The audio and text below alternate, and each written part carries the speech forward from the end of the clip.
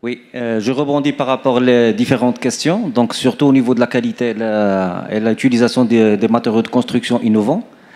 Donc je pense actuellement on a une occasion en or de mettre à niveau ce sujet à l'horizon 2030 parce qu'étant donné qu'on a une vraie volonté politique et une volonté souveraine de mettre à niveau notre secteur BTP. Le secteur BTP, comme vous le connaissez, c'est un secteur transverse sur tous les secteurs d'activité clés au Maroc.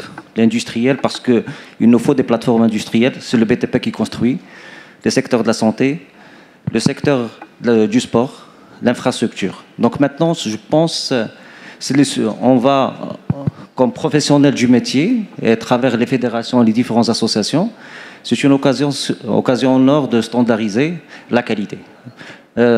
Mon témoignage positif et en même temps des reproches d'amélioration qu'on peut travailler ensemble, c'est au niveau de la qualité, on a généralement comme étant entrepreneur, on a un écart important entre les prescriptions, les codes et le déploiement sur le terrain.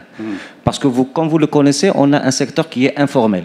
On n'a pas vraiment des écoles de formation des maçons, des coffreurs, etc. Donc c'est à la charge de l'entreprise de mettre en œuvre ça.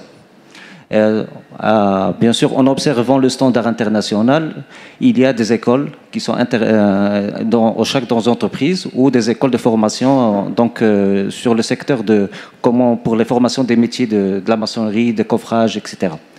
Au Maroc, on n'a pas encore ça.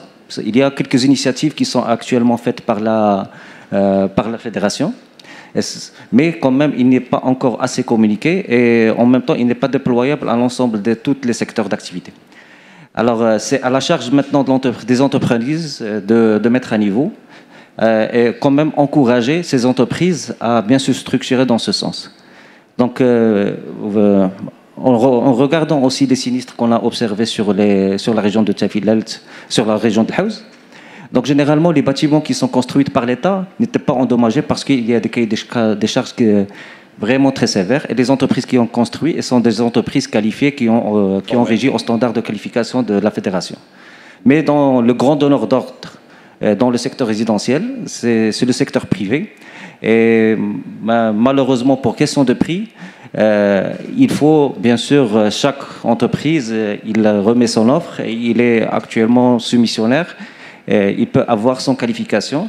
Et les architectes, généralement, ils sont dans l'obligation, bien sûr, de suivre ces dossiers, même avec tous les mécanismes de suivi de bureau de contrôle, bureau d'études, ils n'ont pas la capacité de suivre toutes les opérations. Et même s'il y a en cas de dommage, c'est pas vraiment très bien régi. La réglementation, il y a un problème de déploiement de la réglementation opérationnelle sur le chantier. Okay. Donc maintenant, la qualité, il doit être vraiment un sujet important. Donc par des systèmes, des process, etc., qu'il faut les encourager dans le secteur privé. Donc à l'instar de ce qui était fait en Europe dans le plan Marshall, c'était en occasion pour l'Europe de reconstruire. Maintenant, pour nous, au Maroc, il y a vraiment une possibilité, donc bien sûr, de reconstruire sur des bonnes bases et donner, bien sûr, le secteur BTP, profiter aussi de la technologie de l'information pour aller vite. Donc okay. Aussi, il y a l'utilisation. Donc, pour terminer justement pour la partie industrialisation des process et l'utilisation des matériaux de construction innovants, donc il y a cette possibilité de mélanger l'ensemble des matériaux. Donc le pisé, c'est le pisé, aussi c'est un béton. Donc parce que la définition de béton, c'est du matériau qui est cimenté, qui avoir des liants. Donc il peut le mixer avec de l'industrie locale comme vous avez dit, Maghreb Style.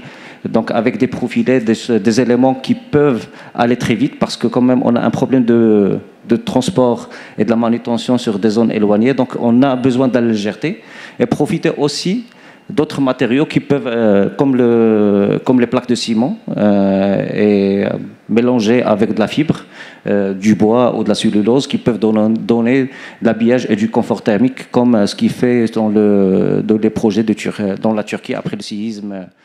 Mettons toute notre énergie au service du bâtiment et de ses professionnels. Unis, nous sommes plus forts.